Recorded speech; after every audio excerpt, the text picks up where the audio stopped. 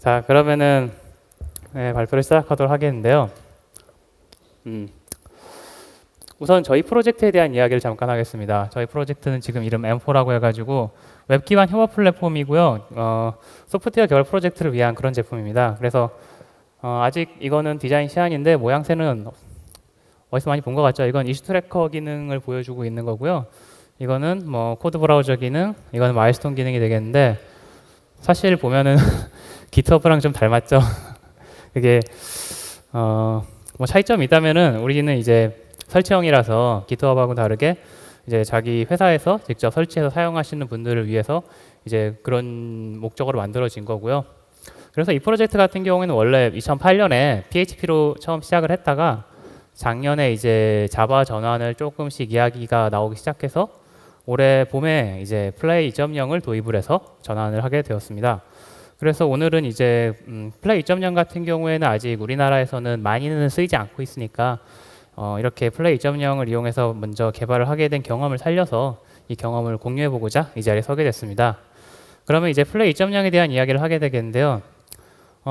플레이 2.0은 이제 내걸고 있는 표어가 새로운 시대를 위한 새로운 웹 프레임워크이다. 이렇게 이야기를 하고 있는데 한번 플레이가 지금까지 어떻게 발전한 역사를 잠깐만 살펴보겠습니다. 처음에 플레이가 0점 버전 때 2007년일 때는 사실 다른 자바 프레임워크랑 큰 차이가 없어요. 템플릿은 이제 JSP로 하고 이제 HTTP 처리는 서블릿으로 하고 그냥 뭐 큰 차이가 없는데 단지 쓰기가 조금 쉬웠다.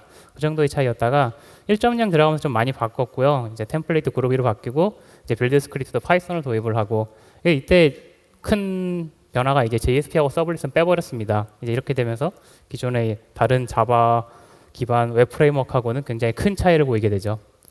그래서 이제 1.1 넘어가면서 기능들을 막 늘어나기 시작하고요. 이때부터 처음으로 스칼라가 지원되기 시작하고요. 이때는 이제 자바가 메인인데 스칼라를 지원한 형태 이런 식으로 구현이 돼 있었고요. 1.2 들어가면서 기능이 점점점 더 늘어나요. 이제 패키지 관리에서 IB가 들어가고 웹소켓 지원도 들어가고 H2 데이터베이스 지원도 이때 들어갑니다. 근데 가장 문제는 2.0에서 있었는데요. 올해 봄에 2.0이 릴리즈가 정식 버전 릴리즈가 됐는데 이때는 굉장히 큰 변화가 있었어요. 아예 그냥 플레이 코어를 스칼라로 다시 만드는 그런 짓을 저질러 버렸는데요. 보통 이제 많은 엔지니어들의 꿈이 뭐 프로젝트 점점 가다 보면 레거시가 이만큼 쌓이니까 이제 이건 도저히 끌고 나갈 수 없어 싹 다시 만들어 버리겠어 라고 하지만은 현실적인 벽에 부딪혀 못하게 되는데 이 사람들은 그걸 해버렸어요. 2012년에. 그렇게 되면 어떻게 되느냐, 옛날에 되던 것도 안 돼요. 1점 버전에서 막 잘 됐던 것들 이게 버전 2가 되니까 안 되기 시작했습니다. 사람들이 이제 막 정신없고 멘붕되고 왜 예전에 만들던 거 버전만 올릴 때 하나도 안 된다. 지금 그런 상황이 지금 벌어지고 있는 게 2012년에 플레이 2.0입니다. 그래서 스칼라 다시 만들고 빌드 툴도 스칼라 기반으로 바꾸고 템플릿 엔진도 스칼라 기반, 분산 처리도 아카라고 스칼라로 만든 걸로 또 바꿨어요. 그래서 완전 다 스칼라 체제로 싹 전환이 됐는데 그렇게 해서 이제 2.0에서 새로 얻게 된 게 뭐냐 이렇게까지 하면서 뭘 얻고 있느냐, 일단 타입 세이프티에 굉장히 집중하게 됐습니다. 이제 플레이 2.0은 기존하고는 다르게 템플릿이나 라우트까지도 다 컴파일이 돼요. 그래서 사용자가 라우트나 아니면은 템플릿에서 약간의 실수만 해도 컴파일러 웬만한 건 다 잡아줘서 사전에 검사가 되는 게 굉장히 장점이죠. 그리고 덤으로 얘네가 컴파일되면서 클래스 파일로 바뀌기 때문에 패키징 하기에 쉽다는 장점도 있고요. 그 외 속도까지도 빨라졌고, 그리고 이제 2.0에서는 자바, 스칼라 두 개를 다 동시에 네이티브로 지원을 하게 돼서 스칼라를 잘 지원하고 자바도 부족함이 없이 지원한다고 합니다. 그 다음에 이제 빌드 시스템도 SBT로 새롭게 바꿨는데 SBT 같은 경우에 채택을 한 이유는 이제 확장이 잘 된다는 점. 플레이는 플레이만의 컨벤션들이 막 있는데 이런 걸 지원해줄 필요가 있었거든요. 그래서 이런 것도 잘 되고 자바하고 스칼라 둘 다 쓸 수 있고, 그 다음에 기존에 많이 쓰던 메이븐 프로젝트 이런 것들과 통합도 잘 되고, 그 다음 자로 패키징 배포도 되고, 그리고 가장 재미있는 게 라이브 컴파일 리로딩 기능인데 이거는 사실 이전에도 특수한 방법으로 가능을 했던 건데 그냥 뭐 서버 사이드 소스 코드를 고친 상태에서 다시 컴파일을 수동으로 직접 하지 않고 그냥 브라우저만 다시 리프레시하면은 컴파일을 다 다시 해가지고 자동으로 다 만들어서 잘 보여주는 그런 기능인데요. 조금 이따 보여드릴 건데 굉장히 편리한 기능입니다. 그리고 이제 데이터를 저장하는 방식은 이빈하고 언엄 두 가지를 지원하는데 자바를 쓰시는 분은 반드시 이빈을 쓰셔야 되고 스칼라는 언엄을 씁니다. 그래서 이빈은 ORM이고요. 언엄은 ORM이 아니에요. 이것도 이따가 또 설명을 드릴 거고, IDE 지원도 그럭저럭 잘 돼주는 편이라서 이클립스, 인텔리제이, 넷빈즈를 모두 지원합니다. 자, 그러면 잠깐 한번 실제로 어떻게 되는지 보여드릴 건데요. 플레이로 뒤 화면은 좀 보이시죠? 제가 글자를 적당히 키워놔서 보이실 것 같은데 일단 플레이로 프로젝트를 처음 만들 때는 이제 플레이는 기본적으로 커맨드랑 인터페이스를 제공을 해줘요. 그래서 아마 루비나 레일스나 아니면 스프링 루 같은 거 쓰신 분들은 이런 인터페이스 익숙하실 건데 이렇게 그냥 플레이 뉴 하고 프로젝트 이름을 치면은 자동으로 프로젝트를 만드는데요. 프로젝트 이름이 뭐냐 적어주고 그 다음에 어떤 프로젝트를 할 거냐 그럼 자바 프로젝트다 2번을 선택을 해주면 자동으로 이제 프로젝트가 만들어지고요. 여기서 플레이 런으로 실행을 하면은 이제 실행이 되고요. 브라우저를 띄워서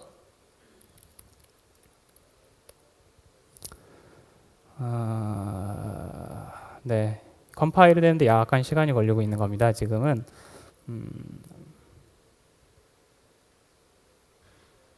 잠시만요.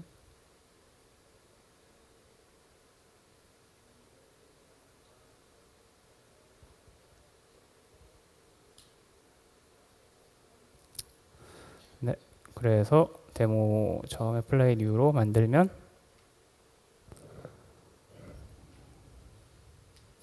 보시면 이렇게 컴파일을 하고 있죠. 밑에 보면은 스칼라 소스 코드 4개와 자바 소스 코드 2개를 컴파일하고 있다. 그냥 브라우저에 들어가서 바로 해당 페이지에 접근하려고 시도만 하면은 컴파일을 하는 거고요. 처음에 이제 만들어지면 이런 데모 페이지가 만들어지고 이제 이 페이지를 어떻게 사용해야 되는가 이렇게 쭉 나오고요.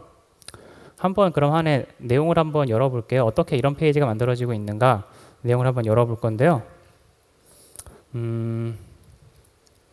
자 보시면은 제일 위에 앱이라는 디렉토리가 보이는데요. 이게 이제 가장 중요한 디렉토리로서 실제 소스 코드, 뭐 기타 등등 다 이 안에 들어 있고요. 이제 저 화면이 보이는 이유는 컴프에 보시면은 이제 설정 파일들이 다 들어 있어요. 거기에 보면 라우트라는 설정 파일이 있는데 여기에 보면은 이제 루트로 가면은 이 컨트롤러 실행해라 이런 식으로 라우트가 정의가 돼 있고 그래서 저 파일을 한번 따라가 보면요. 컨트롤러 애플리케이션 인덱스는 정의된 곳은 어디냐면은 앱의 컨트롤러의 애플리케이션에 보면은 인덱스란 메소드가 이렇게 보이죠. 이 메소드가 지금 존재하기 때문에 아까 그 페이지가 보이는 거고요. 그래서 이 페이지는 그냥 OK 해가지고 인덱스 렌더를 호출하게 되어 있는데 이거는 뭐냐면은 인덱스라는 템플릿을 렌더링해서 그 결과를 OK, 그러니까 200OK로 반환해 줘라 라는 의미를 담은 컨트롤러 메소드입니다. 그럼 인덱스라는 템플릿은 어디 있느냐? 인덱스라는 템플릿은 여기 뷰 디렉토리에 들어있는데요. 인덱스라는 게 있죠? 인덱스라는 거 보면 안에 보면 템플릿이 굉장히 생소한 모양새로 되어 있을 거예요. 아까 잠깐 설명드렸다시피 플레이는 템플릿도 타입 세이프하게 만들려다 보니까 다 언어가 템플릿 언어 스칼라로 작성이 돼 있어요. 그래가지고 이게 다 스칼라 코드고요. 그래서 보면은 메인이란 메소드를 실행해가지고 안에다가 또다시 파라미터를 넘겨주게 되어 있는데 이 메인이란 메소드는 또 뭐냐? 그러면은 또 다른 템플릿을 부른 거죠. 어떤 템플릿이냐면은 말 그대로 이름이 메인인 템플릿. 그래서 이게 이 템플릿이고요. 아까 메인이란 템플릿을 불러줬을 때 그 안에 보면은 이렇게 안에다가 메시지를 넣어줬는데 그 메시지가 이 안에 들어가서 타이틀이라는 이름으로 들어가서 이렇게 페이지가 만들어지게 됩니다. 그리고 이제 설정 파일의 모양새를 잠깐 보겠는데요. 설정 파일도 기존의 다른 자바스크립트하고는 조금 다르게 XML이 아니고 이렇게 좀 사람이 이해하기 쉬운 형식으로 돼 있어요. 그래서 보면은 이제 로그 같은 거는 이렇게 뭐 로그 플레이는 인포, 뭐 로그 루트는 에러, DB 설정들도 몇 개 보이는데 이쪽은 DB 설정인데 지금은 이렇게 주석 처리가 돼 있죠. 이 부분인데 그리고 이쪽은 이빈에 대한 설정이에요. 지금 프로젝트를 자바로 생성했기 때문에 기본적으로 이빈을 사용하게 돼 있습니다. 그래서 이렇게 이빈이 있긴 있는데 아직은 사용자가 직접 주석을 해제해주지 않으면 사용하지 않고요. 이렇게 주석을 해제하면은 그때부터 진짜로 이빈을 사용하게 되는데 이 의미는 모델 패키지에 있는 모든 클래스를 이빈으로서 사용한다라는 그런 의미가 되는 거고요. 자, 그리고 퍼블릭 디렉토리가 보이는데요. 퍼블릭 디렉토리는 뭐 흔히 생각하시다시피 이미지나 자바스크립트나 이런 스타일 시트들이 들어있는 디렉토리. 자, 그렇게 해서 플레이가 전반적으로 어떤 식으로 프로젝트가 구성되는가 살짝 살펴보셨는데요. 원래는 라이브 코딩을 하려고 했는데 생각보다 시간이 빨리 가서 그냥 플레이 프로젝트가 전적으로 구조가 어떤가를 보여드리는 선에서 넘어가도록 하겠습니다. 약간 아쉽네요. 자, 그러면은 과연 플레이는 어떨까? 플레이가 앞에서 그쪽에서 만든 사람들이 주장하듯이 뭐 굉장한 기능들을 다 가지고 있어서 뭔가 대충 하기만 하면 뭔가 번쩍번쩍 뭔가 굉장히 만들어지는 걸까? 아니면은 겉보기에는 대단하다고 했는데 우리가 새로운 시대를 연다고 했는데 정작 들어가 봤더니 뭐가 만들다 만 것 같은 이런 모양새라서 막 사실은 뭐 아직 안 만들었고 야 너도 와서 같이 만들어라 막 이러고 있고 야 우리 오픈소스니까 없는 기능은 네가 만들어 막 이런 상황일 수도 있거든요. 그러면 이제 이 프로젝트로 이제 지금 딱 이게 생산성이 좋다고 해서 이제 이 프로젝트 이거 플레이를 가지고 만들기 시작한 사람은 완전 멘붕 되는 거죠. 이제 그래가지고 야 이제 막 성질 난다 이거 어떻게 해야 되냐 막 이런 상황이 올 수 있는데 오늘 제가 그리고 저희 팀이 체험해 본 내용을 설명을 드리면서 이런 상황이 오게 될지 아니면은 즐겁게 이 전 상황처럼 막 폭죽이 빵빵 터지는 즐거운 프로젝트를 하게 될지에 대해서 지금 제가 발표해 주는 내용으로 아마 어느 정도 짐작이 가능할 거라 생각합니다. 자, 그러면은 플레이가 이야기하는 새로운 프레임워크이다. 왜 새로운가? 자, 일단 HTTP 관점에서 한번 살펴볼게요. 일단 웹 프레임워크라고 하는 거는 다 기본적으로 HTTP를 다루는 녀석들이죠. HTTP를 빼면 웹 프레임워크 자체가 성립이 안 될 거예요. 자, 그래서 HTTP를 어떻게 다루는가에서 이야기를 시작하려고 하는데 일단 아까 말씀드렸다시피 플레이는 서블릿이 없죠. 이미 1점 버전 때에서 서블릿은 없었습니다. 이게 무슨 의미가 되느냐 하면은 기존 서블릿의 인터페이스를 가지고 뭔가를 해야 될 필요가 없어서 훨씬 쉬워진 점은 있어요. 굉장히 뭔가 복잡한 일을 해야 될 때도 쉽게 해주는 일이 되게 많거든요. 그래서 쉬워진 점은 굉장히 장점이에요. 근데 단점도 있는데 다시 말하면은 서블릿을 쓰는 서드파티 라이브러리는 하나도 못 씁니다. 전부 다 못 써요. 그래서 저희가 이제 프로젝트를 할 때 어떤 일이 있었냐 하면은 저희 프로젝트는 말씀드렸다시피 이게 협업 플랫폼이다 보니까 당연히 코드 저장소를 지원을 해줘야 돼요. 저희 플레이로 만든 저희의 그 M4를 실행을 하면은 저희 사이트에 접속을 해서 코드를 커밋할 수도 있어야 되고 코드를 받아갈 수도 있어야 되고 이런 기능이 다 지원이 돼야 되는데 일단 가장 최근 대세인 Git을 지원하기로 했어요. 그래서 Git 저장소 호스팅 기능이 저희의 협업 플랫폼에 반드시 들어가야 하는 기능이었죠. 그래서 이 기능을 만들게 됐는데 저희는 자바로 개발을 하기로 했으니까 일단 플레이로 개발을 하기는 했는데 플레이가 스칼라와 자바를 둘 다 지원하지만 저희 회사도 사실은 스칼라 할 줄 아는 분들은 많지 않거든요. 그래서 그러면 자바로 하자. 그래서 자바로 하기로 했고 자바에는 JGit이 있으니까 아이고 잠시만요. 네, 그래서 플레이는 웹 프레임워크이니까 일단 프로토콜 HTTP만 지원하는 걸로 Git을 지원하기로 해서 그러면은 그냥 간단하게 JGit을 쓰면 되겠다 생각을 했습니다. JGit은 자바로 만들어진 Git 구현체니까 이것만 있으면 간단히 호스팅 기능 만들 수 있죠. 근데 문제가 생겼어요. 얘가 JGit 서블릿 의존성이 있는데 플레이에서는 서블릿을 못 써요. 그럼 어떻게 해야 될까? 이 상황에서 어떻게 할까 막 고민을 하다가 개발자 한 명 가지고 고민을 했는데 그냥 답은 하나밖에 없어요. 그냥 서블릿을 다 만들자. 우리가 서블릿을 만든다. 그러면 되겠지. 그래서 구체적으로 말하면은 HTTP 서블릿 리퀘스트하고 HTTP 서블릿 리스폰스 그러면은 요청하고 응답기 둘 다 처리될 테니까 이러면 끝나겠지라고 처음에 쉽게 생각을 하고 시작을 했습니다. 그래서 이렇게 막 대충 막 만들었어요. 이름도 대충 막 플레이 서블릿 리퀘스트라고 해버리고 HTTP 서블릿 리퀘스트를 구현체로서 만들기 시작했는데요. 그래서 안에 이제 보시면은 플레이 MVC HTTP 리퀘스트라는 게 보이는데 포인터가 없으니까 조금 아쉽네요.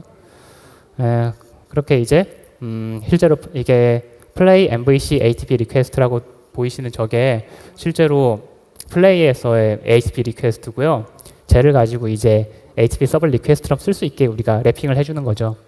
그래서 막 생성자도 열심히 만들고 그 다음에 어트리뷰트를 얻을 수 있게 막 기능도 막 추가를 하고 근데 가다가 이제 어떻게 하는지 모르는 것들이 있어요. 야 이거 어떻게 구현하는 건지 모르겠어. 막 스펙 봐도 모르겠고 뭐 그런 애들은 그냥 구현을 안 해버립니다. unsupported operation, exception을 던져버려요 그냥. 그러면 나중에 문제 생기면 알게 되겠지 뭐. 그러면서 막 넘어가요. 그냥 막 넘어가 만들고 어떤 거는 구현할 수 있는 건지 많은 건지 우리가 제대로 한 건지 애매한 애들도 있어요. 그럼 뭐 주석을 씁니다. 이건 아마 플레이 2.1 되면 잘 될 거야. 뭐 이런 식으로 주석을 쓰고 넘어가고 또 어떤 거는 야 이거 잘 되는지 나 잘 모르겠다. 넘어가기도 하고 나중에 문제 생기면 이거 봐라 이런 식으로 주석을 남겨두고 쭉쭉쭉쭉 넘어가는 거죠 그냥. 이렇게 해가지고 쭉쭉쭉 만들어서 결국엔 만들었는데 그렇게 해가지고 HTTP 서버 리퀘스트에다 메소드 68개를 만들고 HTTP 서버 리스폰스용 36개 이게 두 개가 단 줄 알았는데 HTTP 세션이나 서블릿 컨텍스트 이런 애들도 만들어야 돼요. 그렇게 해가지고 거의 메소드를 한 150개 되는 애를 만들고 나서야 이제 깃이 정상적으로 동작을 하기 시작했습니다. 그래서 굉장히 험난한 길이었고요. 두 명이서 7일 동안 욕만 매달려가지고 완성을 해서 결국 이 문제는 해결을 했는데 보시다시피 이렇게 서블릿을 지원하지 않는다는 것은 굉장히 사용자를 편리하게 해주기도 하지만 서블릿을 다 알아댈 필요가 없으니까 반대로 말하면은 이런 식으로 굉장히 개고생을 해야 되는 상황에도 처할 수 있습니다. 자, 또 있어요. SVN도 지원해야 돼요. 왜냐하면 우리나라는 SVN 많이 쓰니까. 얘는 GitHub은 안 되죠. GitHub은 사실 SVN 인터페이스만 지원하는 거지 SVN 호스팅은 안 되는데 이것도 해야 된대요. 그래서 또 HTTP로 하자. 그리고 SVN 킷이라는 애가 있죠. 얘도 자바로 된 SVN 구현체인데 이거 있으니까 뭐 쉽겠지 했는데 얘는 또 웹답 구현체가 필요한데 플레이로 된 웹답 구현체는 또 없어요. 이것도 그냥 열심히 잘 만들어서 이것도 두 명이서 5일 동안 막 만들어서 해결을 했습니다. 이런 식으로 서블릿이 안 된다는 거는 약간 골치가 아픈 그런 점이었죠. 그 외에도 몇 가지 난감한 점들은 있어요. 그냥 굉장히 간단한 건데 리퀘스트에서 서버 측의 IP를 얻을 수 없어요. 일단 요청이 들어왔다는 거는 TCP 커넥션이 맺어졌다는 거고 TCP 커넥션은 수신 측 IP, 수신 측 포트, 발신 측 IP, 발신 측 포트로 구성되어 있으니까 당연히 IP를 얻을 수 있어야 될 것 같잖아요. 근데 얻을 수 있는 방법이 없더라고요. 그래서 코드를 막 까보니까 서블릿 같은 경우에는 get local address라는 메소드가 있어가지고 쉽게 얻을 수 있는데 플레이는 그렇게 안 만들어놨어요. 얘는 그냥 필요 없겠다 싶으면 안 만들어요. 그냥 스타일이. 그래서 이런 되게 굉장히 간단한 기능치가 구현을 할 수 없어가지고 지금 이상하게 우회한 상태고요. 그리고 또 리퀘스트를 스트림으로 읽는 것도 불가능해요. 원래 HTTP 바디는 보통 스트림으로 처리하는 게 일반적인데 얘네들은 그것도 안 되게 해놨어요. 이유는 모르겠어요. 그냥 쉽게 쓰려고 그런 것 같은데 그래서 굉장히 이것도 힘들게 아주 힘든 방법으로 처리를 하고 있습니다. 아마 그리고 이런 난감한 점은 계속 나올 거예요. 서블릿이 거의 십수년간 쌓아온 그 수많은 기능들을 이제 몇 년 전부터 만들기 시작한 플레이의 고유의 리퀘스트와 리스폰스가 다 처리해 줄 수 있을 리가 없죠. 이런 점은 계속 있을 겁니다. 그런 게 나올 때마다 다 직접 만들어야겠죠. 그리고 템플릿 엔진에 대한 이야기인데 템플릿 엔진은 아까 잠깐 보여드렸지만 스칼라로 다이나믹한 코드 부분을 작성을 하셔야 돼요. 그리고 키워드가 한 가지 더 있는데 at이라는 애가 있습니다. 이 at이 모든 걸 해결해 주죠. 스칼라 템플릿은 플레이의 템플릿은 스칼라 그리고 at 이 두 가지 키워드로 모든 게 설명이 됩니다. at이 뭔 소리냐? 이런 게 있어요. hello customer get name인데 앞에 at이 붙었죠. 이게 뭔 소리냐면은 템플릿 엔진에 이렇게 써주면은 화면에 HTML로 hello 하고 그 다음에 커스터머 오브젝트에 들어가서 개인 네임의 실행 결과를 보여줍니다. 이게 어떻게 가능한 거냐? at이 적당히 어디까지를 스칼라 코드다라고 대충 인식을 해요. 대충 동작합니다. 그래서 이 색깔 친 이 부분을 스칼라 코드로 인식을 해서 실행을 하죠. 그런 방식이고 보통 일반적으로 많은 템플릿 엔진들이 다이나믹 코드를 끼워 넣게 하기 위해서 이런 식으로 구분자를 넣어줘야 되는데 당연히 다이나믹 코드도 시작과 끝이 있잖아요. 그래서 보통 앞, 뒤에 하나씩 넣어주게 되어 있는데 얘 템플릿 엔진은 그렇지가 않아요. 그냥 앞에다가 s를 넣어주면은 어디서 끝나는 거는 그냥 자기가 알아서 대충 판단합니다. 그래서 대충 하는데요. 대충 어디까지가 맞나 보다 하고 막 추측을 하게 돼 있어요. 이 사람들 주장에 따르면은 이 템플릿 엔진은 충분히 똑똑하대요. 그래가지고 생각보다 잘 되긴 해요, 사실은. 근데 완벽하지는 않습니다. 뭐 이런 건 잘 돼요. 이렇게 if문 앞에 s를 붙였더니 다른 줄에 다이나믹 코드가 나왔는데 얘까지도 다이나믹 코드인 걸 알아요. 그리고 그 다음에 h1 태그는 그냥 HTML 코드지 다이나믹 코드가 아니죠. 이런 것도 다이나믹 코드가 아니라는 걸 이해를 합니다. 그래서 되게 똑똑하게 동작을 해서 깜짝 놀랐어요. 그래서 이런 경우는 자바스크립트하고 섞었는데 이렇게 해도 잘 돼요. 자바스크립트 안에 add 넣고 커스터머 겟네임 했는데 이런 경우에도 알아서 그냥 똑똑하게 이게 스칼라 코드다 하고 알아서 서버 사이드에서 실행이 됩니다. 굉장히 놀랍죠. 잘 안 될 때도 있는데 이런 건 안 돼요. 그러면은 이거는 스칼라로 작성한 포르프인데 포르프 안에서 이제 포르프를 돌면서 라벨 태그를 하나씩 만들 건데 이건 안 됐어요. 근데 중괄호를 넣으니까 되더라고요. 그래서 어떨 땐 되고 어쩔 땐 안 되고 이러는데 규칙에 대한 건 없어요. 그냥 얘는 똑똑하게 잘 동작하니까 믿으라고 돼 있더라고요. 근데 사실은 그렇진 않고 계속 실패하고 안 되면 고쳐보고 실패하면 안 돼 고쳐보고 사실은 이렇습니다. 근데 대개는 잘 동작하니까 의외로 되게 적은 스트레스로 생각보다 편하게 쓰실 수 있어요. 그러면은 이 템플릿 엔진 스칼라 모르는 사람들 어떡하냐? 우리 팀은 자바 개발자밖에 없다. 스칼라 아무도 모른다. 이러면 어떡하냐? 이때 이제 플레이에서 말하기는 스칼라 몰라도 상관없다. 왜냐하면은 자바 문법을 그냥 그대로 쓸 수 있어. 스칼라는 그런 언어야라고 이야기를 하고 있어요. 이건 사실 거짓말입니다. 모르면 안 돼요. 모르면은 굉장히 난감한 경우에 수시로 처하게 되는데 이게 모를 때 작성한 코드예요. 코드가 보이시나 모르겠는데 보면은 메소드를 작성하는데 처음에 바로 이제 변수를 선언해 놓고 포르프를 돌면서 그 선언한 변수에다가 값을 막 채워 넣다가 마지막에 리턴을 하는데 리턴에다가 리턴 문이 따로 없죠. 스칼라는 가장 마지막 익스프레션이 그 함수의 리턴 값이 되기 때문에 리턴은 딱히 필요 없습니다. 이렇게 쭉 작성을 하는데 포르프문 자체도 굉장히 생소하죠. 뭐 꺽스에 하이픈 뭐 이렇게 돼 있는데 대충 짐작은 하겠지만 잘 모르겠고 위에 is active menu 메소드에도 콜 별 쳐놨는데 얘도 뭔지 잘 모르겠고 사실 잘 몰라요. 더 심각한 거는 이렇게 작성한 거 사실을 알고 하면은 세 줄에 되는 건데 스칼라를 몰라서 자바스럽게 하니까 그렇게 힘들게 짜게 되고요. 마치 스칼라 몰라도 아무 문제 없다라고 얘기하는 거는 이제 자바를 처음 자바 개발에 뛰어드는 C 개발자한테 자바 C랑 똑같으니까 아무 상관없으라고 얘기하는 똑같은 거거든요. 전혀 아니잖아요. 그래서 스칼라는 공부를 하는 게 좋습니다. 그래서 템플릿 엔진은 아까 말씀드렸듯이 컴파일 타임에서 에러를 잡아주니까 되게 좋아요. 그리고 구분자도 at 하나만 가지고 끝나니까 이것도 참 좋습니다. 단점은 컴파일 타임에서 에러를 잡아주기 때문에 컴파일을 해야 되죠. 기존에 인터프리터식으로 동작을 하게 되는 템플릿 엔진은 템플릿 고쳤다고 해서 컴파일 다시 할 필요 없잖아요. 근데 얘는 템플릿에 글자 하나만 고쳐도 막 빌드를 하기 시작해요. 이게 뭐 몇 초 만에 끝나면 모르겠는데 가끔은 막 30초, 40초 걸리기도 하죠. 몇 글자 바꿨다고 3, 40초씩 기다리고 막 짜증이 나기도 하는데 지금은 어쩔 수가 없습니다. 이거는 컴파일 타임에서 에러를 잡아주는 거에 대한 트레이드 오프로 생각을 하시고 받아들이셔야 되고요. 스칼라도 공부를 하시면 좋습니다.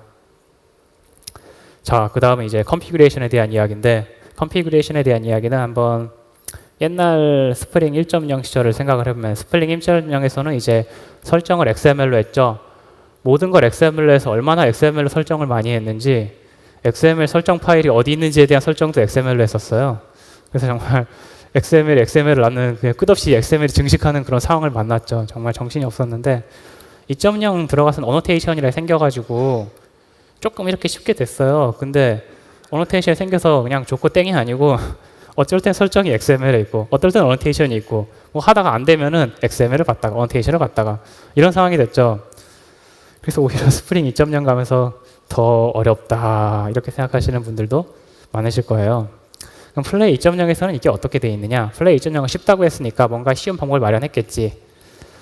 플레이에서는 아까 설정 파일 잠깐 보였는데 컴프 디렉토리 밑에 라우츠라는 파일에 모든 라우트 설정을 넣습니다. 그 스프링이나 다른 프레임워크와 다르게 다른 프레임워크에서는 라우팅 설정이 여기저기 흩어져 있게 되는데 플레이는 그렇지 않아요. 모든 설정은 파일 한 개에 다 들어 있습니다. 이 애플리케이션 전체 모든 설정은 이 파일 하나만 보면 돼요. 보통 이런 식으로 되어 있는데요.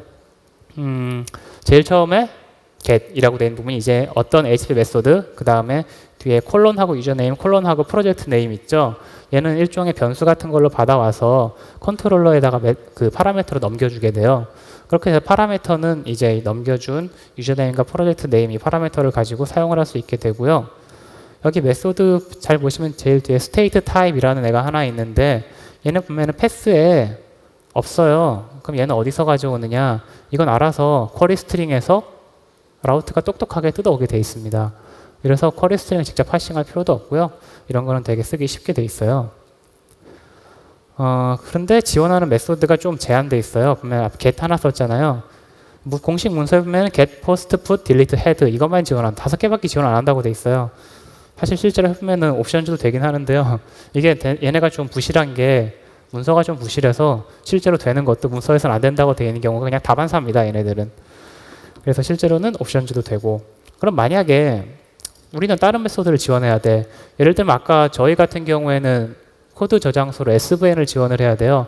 SVN을 지원한다는 거는 웹답을 지원한다는 얘기죠. 웹답을 지원하게 되면은 웹답에서 확장으로 HTTP 메소드를 많이 정의했기 때문에 얘네들도 지원을 해줘야 돼요. 그럼 이런 애들은 어떻게 하느냐? 다행히 라우트 이전에 on route request라는 메소드가 사전에 실행되게 돼 있는데 여기서 그냥 일일이 예외 처리를 해주면 돼요. 그래서 그냥 쉽게 쓰게 해주는 건 쉽게 쓰고 이렇게 안 되는 거는 수동으로 하게 해주는 방법들이 제공이 되니까 이렇게 회피를 하는 방법이 다행히 있습니다. 물론 회피를 해줄 방법도 없다. 완전 방법 없다. 그때는 플레이 프레임워크 프로젝트에 풀 리퀘스트를 보내셔야겠죠. 네, 그리고 HTTP 메소드는 반드시 구체적으로 써야 돼요. 여기 보면 앞에 get 대신 별이라고 했는데 야 나는 그냥 모든 메소드를 다 컨트롤 하나에서 다 처리하고 싶어. 이렇게 해서 별 쓰면은 에러 납니다. 이런 건 안 돼요. 그냥 무조건 다 일일이 다 써줘야 되고 어떻게 보면 단순한 거고 어떻게 보면 좀 짜증나는 거죠. 애플리케이션 설정도 파일 하나에 다 들어있습니다. application.comp라는 파일에 들어있는데요. 설정은 보통 이런 식이에요. 그냥 설정명하고 는하고 설정 내용하고 되게 단순하죠. 그 설정은 굉장히 쉽습니다. 그 다음에 이제 데이터베이스가 초기화될 때를 위한 이니셜 데이터가 있는데 얘는 YML로 돼 있어요. 루비 온 레일스 같은 데서 종종 보시는 분들도 계실 텐데 그래서 모양새는 이렇죠. XML로 하는 거 정의하는 것보다는 조금 편하고 그냥 뭐 필드 이름하고 콜론하고 내용 쓰고 필드 이름하고 콜론하고 내용 쓰고 이런 식이니까요. 굉장히 만들기는 쉽습니다. 그리고 이제 플레이 2.0에서는 데이터를 어떻게 저장하는가에 대한 이야기를 잠깐 해드리고 싶은데요. 두 가지죠. 이빈, 자바를 이용한 이빈이 있어요. 얘는 아시다시피 ORM이에요. ORM 좋아하시는 분도 있을 거고 싫어하는 분도 있을 거예요. 왜냐하면은 ORM은 자동으로 DB에 있는 테이블 같은 거를 바로 자바 오브젝트로 바로 그냥 만들어주니까 되게 써보면 좋죠. 좋은데 문제는 가끔 잘 안 동작하고 성능 문제를 발생시켜서 사람을 피곤하게 만들기도 합니다. 그래서 이런 문제가 있지만 플레이에서는 오로지 ORM, 이빈, 자바로 하시려면 무조건 이거 외엔 쓸 수 없어요. 그래서 반드시 이걸로 하셔야 되고 사용 방법은 아까 데모에서 잠깐 보여드렸다시피 이렇게 드라이버 설정을 해주고 그 다음에 이빈 디폴트 이 프로퍼티에다가 어떤 모델을 이빈으로 쓸 건지 정의를 해주면 됩니다. 이때는 와일드 카드가 먹어요. 별 이렇게 써줘도 되죠. 그리고 이빈을 실제로 쓰는 거는 다른 JPA나 똑같아요. 이런 식으로 엔티티 어노테이션으로 선언한다거나 ID 어노테이션, 뭐 컨스트레인트 어노테이션 그냥 JPA 스펙하고 거의 똑같죠. 근데 하이버네이트하고 비교를 하면은 조금 쉬운 편입니다. 이빈이 조금 쉬워요. 그렇다고 해서 뭐 많이 쉬운 건 아니고요. 어차피 ORM은 ORM이죠. 아무리 그래봤자. 그래서 사용하는 방법도 이런 식이에요. 이것도 JPA죠. 그냥 네, JPA 식으로 그냥 뭐 find.byid로 어떤 아이디에 해당하는 오브젝트를 이빈들을 가져오고 뭐 밑에 보시다시피 딜리트로 삭제를 한다거나 웨어문을 쓰고 적당히 조건절을 쭉쭉쭉 줘서 복잡한 쿼리를 처리를 한다거나 이런 식으로 하는 거고요. 그 다음에 이제 문제 어놈인데요. 스칼라로 하시면 또 어놈만 써야 되는데 어놈은 뭐냐? 어놈은 이빈하고 다르게 ORM이 아닙니다. 어놈이 ORM이 아니다라는 게 어놈의 약자예요. 그래서 얘는 ORM이 아니고 설정 자체는 아까랑 비슷하죠. 그 어떤 모델을 이빈으로 할 거냐 걔 없는 거 빼고는 똑같아요. 드라이버 설정. 사용하는 건 이런 식이에요. 조금 특이하죠. 보시면은 여기 SQL이라고 대문자로 된 메소드가 보이실 거예요. implicit C 밑에 SQL이라는 게 있는데 그냥 SQL 쿼리문을 실행을 하는 거예요. 얘는 ORM이 아니라는 게 이런 얘기죠. 이렇게 그냥 SQL 쿼리문을 실행을 하고 적당히 편리하게 쓸 수 있게 메소드가 제공이 되는 게 몇 가지가 있는데 여기선 on이라는 메소드를 썼는데 이거는 그냥 안에 일종의 변수 같은 걸 채워주는 거죠. 저기 보면은 중괄호 컨트리 코드라는 게 보이는데 하나, 둘, 다섯 번째 줄에 보면은 중괄호 컨트리 코드라는 게 보이는데 이게 온 메소드에서 정의한 컨트리 코드는 FRA라고 정의를 해놓으면은 이 값이 여기에 들어가게 되는 거죠. 그래서 SQL 쿼리를 만드는 거는 이제 SQL 메소드를 써서 이런 식으로 만들면 되고요. 그 다음에 이제 SQL 얘로 이제 실행 결과가 스트림이라는 데이터 타입으로 만들어지는데 얘를 좀 더 다루기 쉽게 리스트형으로 바꾸려면은 밑에 있는 것처럼 맨 메소드를 이용해 가지고 맨 메소드는 다른 스크립트 언어들 뭐 파이썬이나 이런 언어들에서 보시는 그 하이 오더 펑션 맵하고 똑같은 건데요. 각 그 스트림이 일종의 뭐랄까 컬렉션 비슷하게 돼 있을 테니까 안에 있는 각 엘리먼트에다가 이 메소드를 다 실행해 준다라고 생각하시면 되고요. 이런 식으로 해서 리스트로 만들어주는 그런 메소드입니다. 그리고 이거는 좀 복잡한 경우인데 이거는 패턴 매칭을 지원해 주는 경우인데요. SQL 문으로 실행을 해서 얘를 이제 패턴 매칭 보면 케이스라는 게 보이잖아요. 그래서 이 SQL문 실행 결과가 어떤 어떤 패턴에 매칭되느냐, 어떤 모양에 매칭되느냐에 따라서 그에 맞게 이제 코드가 짠짠짠 실행이 되는 그런 경우입니다. 이거는 사실은 스칼라를 모르시면 조금 이해하기 힘들 것 같으니까요. 자세히 설명은 무리인 것 같아서 생략하겠습니다. 자, 그래서 얘는 자바는 무조건 이빈, 스칼라는 무조건 어놈. 그래서 ORM 쓰기 싫으신 분, 사실은 우리나라에서는 아마 ORM을 안 쓰는 분들이 조금 더 많을 거예요. 많은 수도 있는데 제가 아직 업계에 대해서 자세히는 몰라서 만약 ORM이 정 싫으시면 스칼라를 반드시 배워서 쓰셔야 되는 사실 그런 상황입니다. 자, 그래서 스칼라와 자바 그러면은 우리는 스칼라로 할까 자바로 할까 이런 문제가 있는데 플레이에서 이야기하기는 자바는 현재 플레이 2.0에서 스칼라에 비해서 뭔가 부족하게 지원하는 건 하나도 없다. 우리는 자바와 스칼라를 동등하게 지원한다라고 말하는 거지만 이것도 거짓말이에요. 사실은 자바는 완전 천시받고 있습니다. 써보면은 리퀘스트에서 스트림을 얻을 수 없다고 했어요. 근데 대신 바디 파서를 커스터마이징 하는 게 가능해요. 원하는 대로. 그러면은 뭐 바디를 적당히 조작해가지고 원하는 대로 할 수 있으니까 스트림 비슷하게 쓸 수 있죠.